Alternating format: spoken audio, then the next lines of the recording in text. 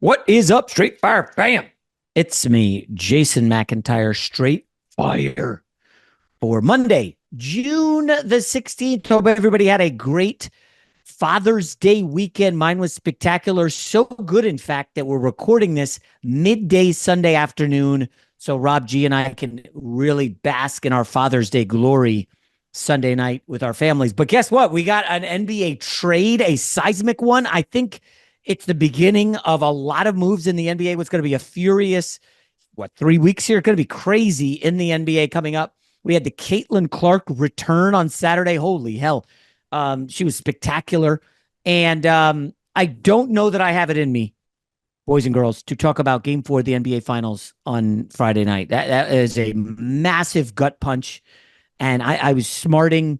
I like stayed off the internet Saturday. I was just so pissed off that the Pacers blew it. Not only the win, but the cover with some just knuckleheadery, if that's even a word, Friday. But hey, listen, overall, it was a good weekend.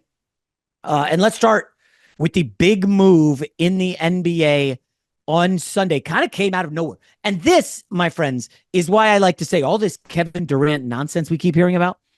Anytime you hear a bunch of crap, there's really nothing there. It's this stuff that comes out of absolutely nowhere. Nobody was talking about Desmond Bane of the Memphis Grizzlies, who, by the way, is a hell of a player, one of the best 3-and-D guards in the league.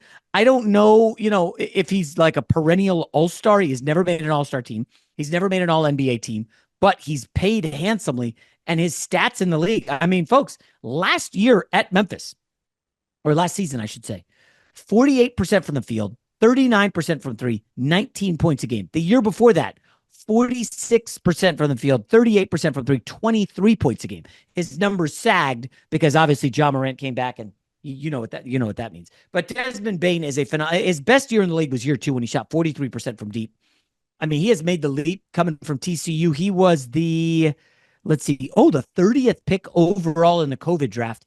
That was the wacky draft where James Wiseman went 2. You had Isaac Okoro, Patrick Williams in the top 7, Killian Hayes. I mean, Desmond Bane has been vastly superior to all those guys. It's the draft that had like Jaden McDaniels, Tyrese Maxey, a bunch of guys slipped through the cracks. Halliburton went 12th, but I believe Desmond Bane is a really good piece. He goes from Memphis to Orlando, and now what he got in return is going to surprise you guys. I didn't really take the temperature online, but I saw I got some text saying, whoa, wait a minute. Desmond Bane fetched 2 rotational guys, KCP and Cole Anthony, and 4 unprotected firsts plus a pick swap. Wait a minute. What is Giannis going to command? 10 picks, 15? It sounds like a lot, but you have to, again, take a deep breath and step back. Okay. So one of the first round picks is number 16 in this draft. Okay. That's not great. By all accounts, only one of the picks could emerge as a top 10 pick. So it's like they got 3 firsts, but none of them are going to be great. People are comparing it to the Mikal Bridges deal with the Knicks. But this is what I like and what I don't like. What I love about the deal is, I'm telling you right now, the Orlando Magic next year could emerge as the new Indiana Pacers. They have young dudes. They are relentlessly fast, and they hustle. You got the young kid, Anthony Black, seems like he's got some promise. You've got the Wagner brothers. Franz Wagner is a big-time player. You obviously have Paolo Banchero, a great centerpiece. But if you remember, anytime they get to the playoffs, he's got to do everything. Jonathan Isaac, if he's ever healthy, is a great rotational guy. Tristan Da Silva showed some things, the young kid out of Colorado. They're high on Jet Howard, the young guy from Michigan. So they've got like 8 or 9. Jalen Suggs is going to be the key to this team. He's returning from injury. Oh, I forgot Wendell Carter in the front court. But they are kind of built like Indiana.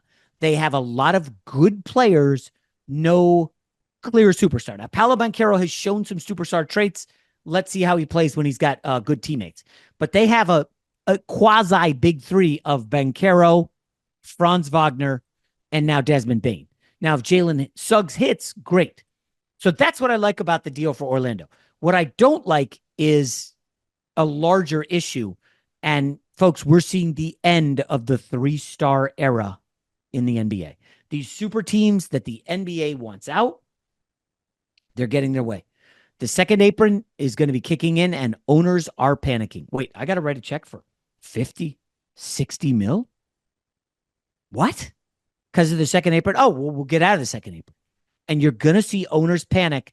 And if you're in Philly, New York, obviously Phoenix, there's some, we're seeing Memphis being torn down, but you look around the league, and if your team currently has 3 stars making 30-ish million and are on track to make more than that here soon, expect somebody to get shipped. I mean, the Cleveland Cavaliers, I think we got to keep an eye on them.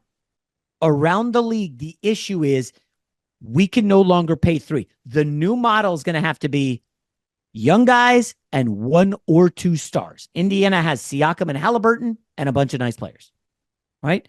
Oklahoma City has a bunch of young guys, led, of course, by SGA, and their Chet and J-Dub have not been paid, and you surround them with the Alex Carusos of the world. That is going to be the new model. I'm on record saying I don't love that. I'm a super team guy. I want players' movement. I want guys joining forces. I want people angry and fired up about Kevin Durant going to the Warriors. And LeBron got love to the Cavs. I want that. I want KD, Kyrie, and Harden in Brooklyn. And I want that imploding. I want Dame going to Milwaukee to join Middleton and Giannis and then it falling apart. Yeah, I want KD, Booker, and Beal. I want that. I'm sorry. I like my super teams. My joke is give me super teams or give me death. So Memphis clearly said, well, we paying Ja. Jaren Jackson's one of the best defensive players in the league. We got to pay him. And like Desmond Bane's making a lot, and we're getting swept in the first round. What do we do? And I don't know that you can trade Ja because of his off-court issues, but also he's like the reason people go to Memphis games. He moves sneakers, he moves merch, he puts butts in the seats. Desmond Bane doesn't do that, even though I'll tell you right now, I'd rather have Desmond Bane than John Morant. I don't know if Rob would agree with that. But I think this is a great move for Orlando, not as great for Memphis. They're going to become more Jaw-centric. They get, KCP's a rotational guy. Cole Anthony, okay, he'll soak up some minutes at backup point guard. But Memphis, not really a threat. I do think Orlando could easily find themselves in the Eastern Conference semis or the Eastern Conference finals next year because of what they have. But, I mean, if you're, for instance, the Denver Nuggets, and you see this, and you're like, oh, well, wait a minute. We got Jokic, and he's making 51. Next year, he's making 55. We got Murray. Next year, he's making 50. And next year, Michael Porter's at 38, and Aaron Gordon's at 20. Oh, this is unsustainable. We had no bench to begin with. And that's where I think, I don't know what you can get for him because of the shoulder injury that he had, and he's really one-dimensional. Like, what do you do with Michael Porter? Can you ship him somewhere? When there's no chatter about a player, maybe he's getting moved. Desmond Bane, there was nothing. I mean, maybe Rob saw it somewhere, heard it, but I saw zero about Desmond Bane being in the mix. Now, obviously, everybody knew Orlando could have gone for a Kevin Durant, could have made it play for Giannis. I mean, Rob, for all we know, Orlando did kick the tires on Giannis. The asking price was too much. And so they said, well, let's move on. Let's not waste time. I like strike fast, strike hard, no mercy, sir. And I like this move by Orlando. They're set. Right, Rob? They've got their guys. You look at their depth chart for next year, and I think this is a really good-looking Orlando Magic team, frankly, that can compete in an East where there's no Celtic juggernaut. We don't know what the Cavs are going to look like. The Knicks still don't have a coach. I really like this. You're looking at, Rob, Jalen Suggs and Desmond Bane, Franz Wagner, Paolo Banchero, and then Wendell Carter. Coming off the bench, you've got Jonathan Isaac, assuming he's healthy, Anthony Black, Jet Howard. You got a bunch of young guys. De Silva, they could be 9 deep next year. Oh, and don't forget Mac McClung putting butts in the seats in Orlando, the dunk champ. Yeah, no, I love it for Orlando.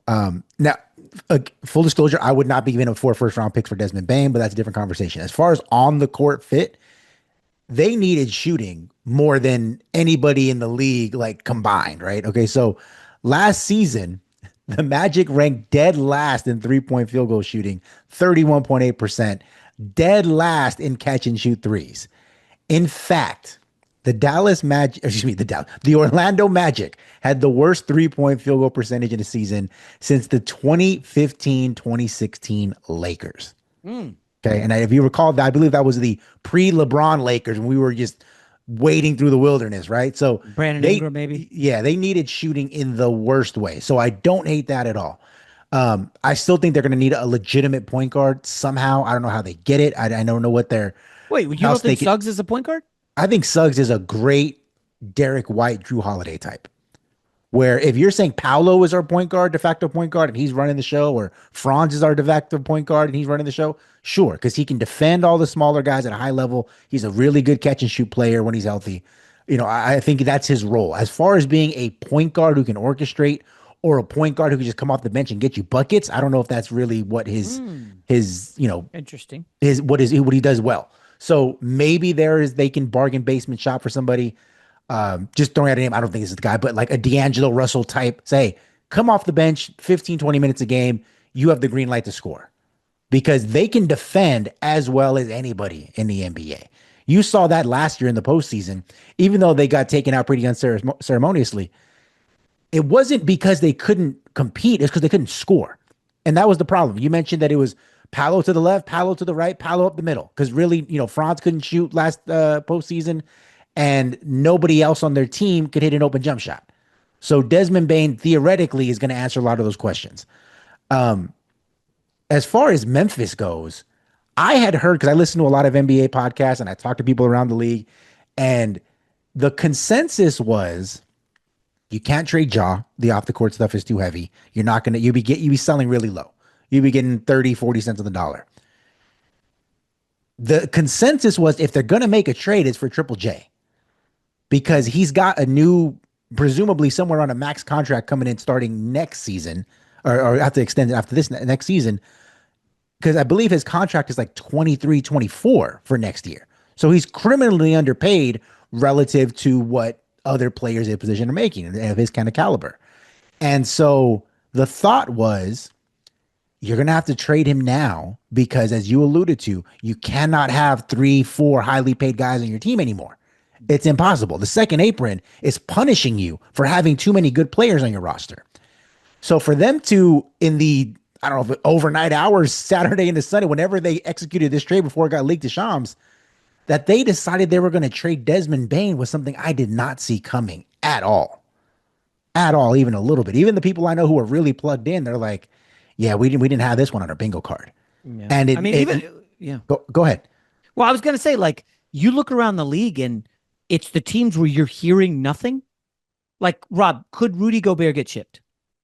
Sure. I mean, I don't see why not. Anthony Edwards is making a ton. You don't know what you're doing with Randall. You probably would prefer Naz Reid. Jaden McDaniels, like, again, Minnesota's got a lot of guys. I just, to your point guard question on Indiana, you're right. Suggs is not a pure point guard. Would you say Halliburton was a pure point guard coming out, or did he become one? Oh, he's always been a pure point guard. He's not a high usage point guard, but he's always been a point guard. So even if you're Orlando, I mean, Tyus Jones type, if Chris Paul wants to be 15 minutes a game off the bench, whatever, it's like something like that would be just fine for them. What they need is offense. And I'm not saying it has to be the guy who can score as your point guard position, but a guy who's going to put you in a position to score. Yeah, Suggs, he was third on the team in assists this season after Paolo and Wagner. I mean, there's more than one way to skin a cat. His defense in Bane, that is a wrecking crew at guard. That is going to be extremely tough to deal with. If you can fashion Suggs, now let me see what he shot from three. 31%, not great. In the backcourt. If you can fashion him in the Kason Wallace role or maybe Lou Dort, a skinny version, hey man, get us some open buckets, play hard defense, and don't screw up. Then maybe is Bane your SGA, or maybe Paolo's your SGA? I don't know. Yeah, I mean, I would assume again, we'll see this offseason because everybody you talk to says this is going to be fireworks. Because as you mentioned, the second apron is like a death knell for these teams, right? We've been talking for the past couple of weeks now, maybe a couple of months, about Kevin Durant and where he's going to get traded and yada yada. A good team is like, I'm not trading Kevin Durant. Like Kevin Durant's, even at 37, is one of the best players in the league. But the problem is Bradley Beal has a no trade clause, so you can't trade him. And you cannot just buy your way out of this like you would have been able to do in the past. Like if you were, for example, the Lakers, I always come back to the Lakers. If you're the Lakers 5 years ago and you're like, hey, we're up against it. We got LeBron and AD. We can't pay Kuz. We can't pay Case. Like whatever. It's like, well, just pay the tax. Just do it. We'll figure the rest out later. kind of like what Boston did a couple of years back. But now it's like, well, if you're in the second apron, you can't aggregate salaries. You might lose a first round pick. You can't actually do anything. You're kind of locked into your roster. So these teams are going to have to get real creative and make some trades with some guys who you ordinarily would not want to part with. Like if you're Cleveland, I don't think Cleveland wants to trade Darius Garland. I don't think they want to trade after Jared that Allen. toe surgery thing? Well, just for example, like I don't think if you say going into their team, like, hey, no, we want to add a fifth guy around those four. Well, no, realistically, you can't. Realistically, you have to flip one of those highly paid guys and then figure out the rest later. Right. And it's just it sucks. I hate it. I think CJ McCollum is going to pay for his war crimes against humanity for what he did in agreeing to this second apron. Because like you, I'd like to see the best players get OKC, who many people are saying is having the widest runway of a championship contender maybe ever because of all the draft picks and how young their team is. In 2 years, give or take, SGA is going to be making about 60, 65. J-Dub and Chet, their max contracts will have kicked in by that point. They'll be combining somewhere around 100. So with three guys, you're going to be at $170 million, more or less. How on earth do you add a Hartenstein type who was valuable to them in the regular season? How do you add an Alex Caruso who has been invaluable to them during this postseason? You can't. You're going to have those three guys and a bunch of either unproven or vastly underpaid players. And you're going to be penalized for drafting well. You're going to be penalized for developing well. And you're going to be penalized for being a smart franchise because you're going to have to get rid of good players no matter what. Well, they do have the other J-Dub. Now, he's barely played in this series. Jalen Williams. They got Kenrich Williams. If you can just have those guys soak up 5, 10, 15 minutes, Isaiah Joe, you're probably going to end up losing Kason Wallace and Wiggins. But you just got to have draft picks to refortify that supply. And OKC kind of does. But even Boston, Rob, they're going to fall victim to this whole 3-star thing. I don't know who's taking Porzingis off their hands. He has a mystery illness that he just couldn't stay healthy. Tatum, obviously, you can't. Jaylen Brown just had a surgery. I think Drew Holiday's probably the guy you move, but I don't know what you're getting in return. It's just a weird NBA, and it feels like this could be one of these tilted summers where just crazy stuff's happening all around the league. I guess we could quickly go ahead. Well, I was just say quickly, we're Laker fans, right? And you and I are both high on Austin. You probably are the biggest Austin Reeves fan in America, this side of his parents, right? Oh. And so let's say, I don't think it's going to happen, but hypothetically, let's say LeBron's like, you know what? I really want to play with Bryce. So I'm going to re-up for 2 more years, right? I'm going to play 102 years, 115, whatever, 120, whatever the number is.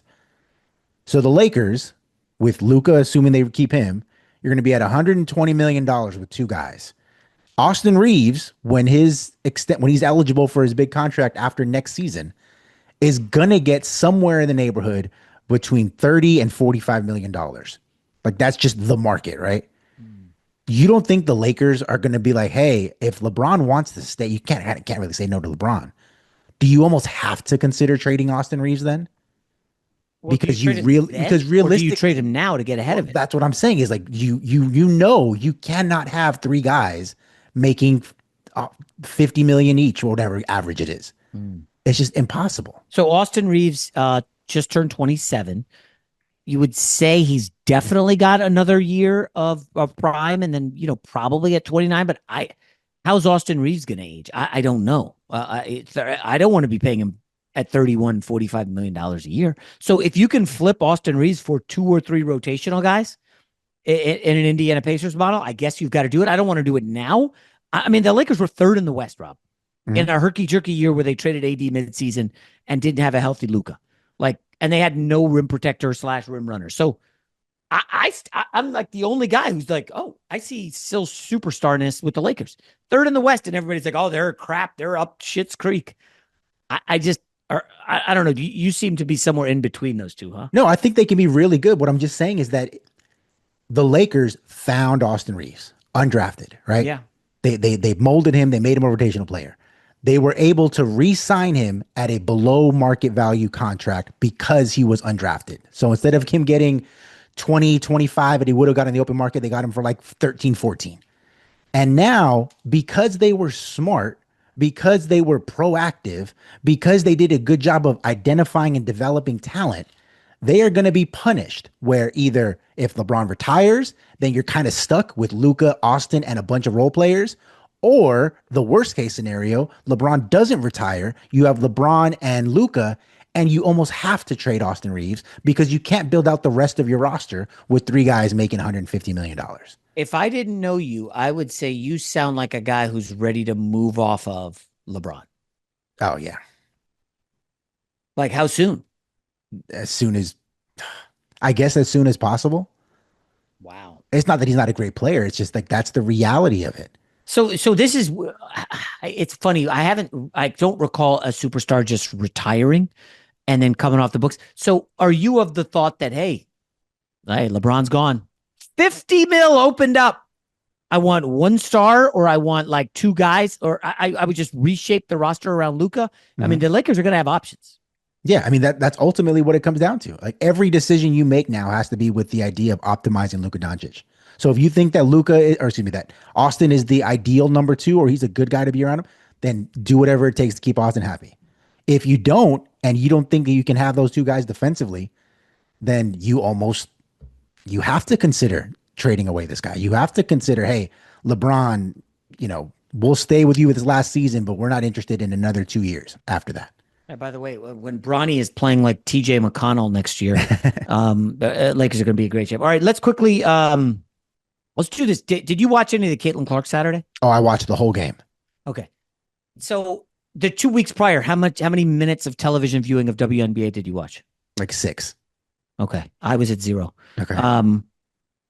Of course, I turned the game on, and I was a little bit late, and Clark was sitting, and I was like, oh, damn, we missed a couple minutes. And it just happened to watch the rest where she was flame throwing for the first half. She had like 25 in the first half. It was just unbelievable. And the crowd's roaring. I'm sucked into the TV. We were going to go out to lunch, and I'm like, let's just wait till halftime, And Rob, I don't know if like there was baseball happening. I'm told there was golf. I don't know if NHL. It didn't matter. Caitlin Clark was the show. She had 32, 8, and 7. The Fever beat the undefeated New York Liberty. And you're watching, and you're like, okay, well, WNBA needs Caitlin Clark making a postseason run, needs her healthy at all costs. And I'm sure the rating is going to be pretty good, although Saturday was a big day for protests around this country. So I'm guessing maybe the rating won't be as huge as normal. But Rob, this just reminds everybody, oh my gosh, Caitlin Clark is unbelievable. Yeah, I mean, well, look, maybe a week and a half ago, ABC did almost 2 million viewers for a Fever Sky game without Caitlin Clark. Wow. Now, some people are like, see, that just proves that WNBA is here and here to stay. The pessimist, which is kind of where I lean on this one, is people thought that Caitlin Clark was playing because they don't follow the day-to-day of WNBA the way they probably do other sports. So like, oh, the Fever are playing. I know Caitlin Clark's on that team. I'm just going to put it on. And then you realize about halfway through, oh, maybe Caitlin Clark's not playing today. So we're just going to turn it off kind of a thing. But she is box office. Like there is, I don't know how you can be a sports fan or even a casual sports fan and not love watching Caitlin Clark. Because they even said on the broadcast, I think it was Rebecca Lobo, that after she had made those 3 deep triples from like 30 plus feet out, that, as great as she is as a shooter, she's probably an even better passer. And if you watch the game, like again, I watched the whole thing, she cooled off, which, God, no one's going to shoot 5 of 7 on 38-foot jumpers all game. But as the game went on, she was dropping dimes, like she worked at a bank. It was incredible. But so, don't forget her teammates. I mean, they must have missed. I counted 4. I'm sure the number was larger than that. But like fast break, she's threading the needle, and they're blowing layups, Rob. Yeah. At one point, Caitlin, someone blew the layup, and then the ref called it out. Caitlin Clark was so angry that she yelled at the ref and got a tech. Did you see that moment? That wasn't. I don't think it was because of the foul, because she was so far she couldn't have seen it. All right. I think she was just pissed her teammates were screwing up, and she was, taking it out on the ref. That's the fire and energy I like. Yeah, I said, doesn't that make her even more likable as a sports fan? Yeah. Because the way that she plays, number one, she's a showman, right? So Oh that yeah. last three that she had in a little flurry, she chased after her teammate from behind to get the ball from her. I mean, that was kind of funny. She almost caused a turnover trying to get the ball. But between the deep jump shooting, the passing, the fieriness, it's like it's everything that you want in an athlete. You want someone who wants to be at the center of attention, who wants to be the man in the arena, as LeBron calls it, where, hey, you know, all eyes are on you and you're here. You're here to compete. You're here to do whatever you can. So she has all of that, but she also has that Kobe Bryant, Michael Jordan, Tom Brady ish. Like, I'm pissed off Yeah. to play sports. Like, I'm so angry about losing that I will yell at my teammates. I will yell at my coach. I will yell at the referee because it mean that much to me. I like Clark a lot, and I'm thankful for her because to me, Rob, it feels like the NBA Finals is over. Indiana had their shot up 3 minutes left. SGA takes over. Indiana can't do anything. I know it says 2-2, and game 5 is tonight, but it feels over to me. I would give Indiana 1% chance to win 2 out of 3 here, maybe less than that. That I'm not betting OKC. I know what you're saying. Well, Jay, come on, bet on OK. No, I'm not doing that. I just because I'm rooting Indiana, and I don't want to root OKC just to win. I'm not. If I were a $10,000 better, that's a different story. I'm not doing that on NBA Finals games, guys. So we're gonna need Caitlin Clark to get us through here the next few weeks because I don't know about you, Rob, but the country's going through some tough stuff right now politically, and without sports, it's just a torrent of, oh, look, there's a war in Europe, and then there's a war in the Middle East, and look at this civil war. I mean, it's just not good, Yeah. and we need sports for that. And I know, Jason, who cares about sports? I get it, but it's a good diversion from what's happening, and I guess Caitlin Clark's going to have to be that for us, Rob. If it's not her, then to bring it back full circle to how we started the podcast, we are going to need to have, as they say, the craziest offseason in Oh, NBA that's right. history. Yeah, yeah, yeah. Like, we are going to need rumor mill after rumor mill. Oh, well, the Mavs may trade Anthony Davis. We're going to need, Houston Rockets they're trying to get Giannis and Katie. Like, we're going to need something like that to get us through. Period. Yeah.